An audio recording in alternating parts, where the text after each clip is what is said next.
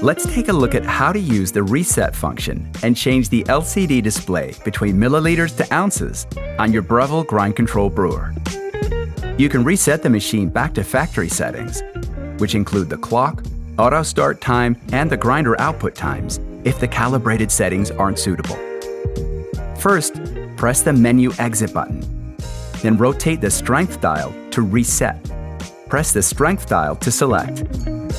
Now you should see Yes flashing on the LCD. Press the strength button to confirm, and the machine will beep to confirm the reset. Your brewer is now reset to factory settings. Another helpful function is being able to change the LCD display from mil to ounces. To do this, hold down the cup carafe button and the strength button at the same time. The LCD will now toggle between mil and ounce indicators. Release both buttons once you have your desired indicator.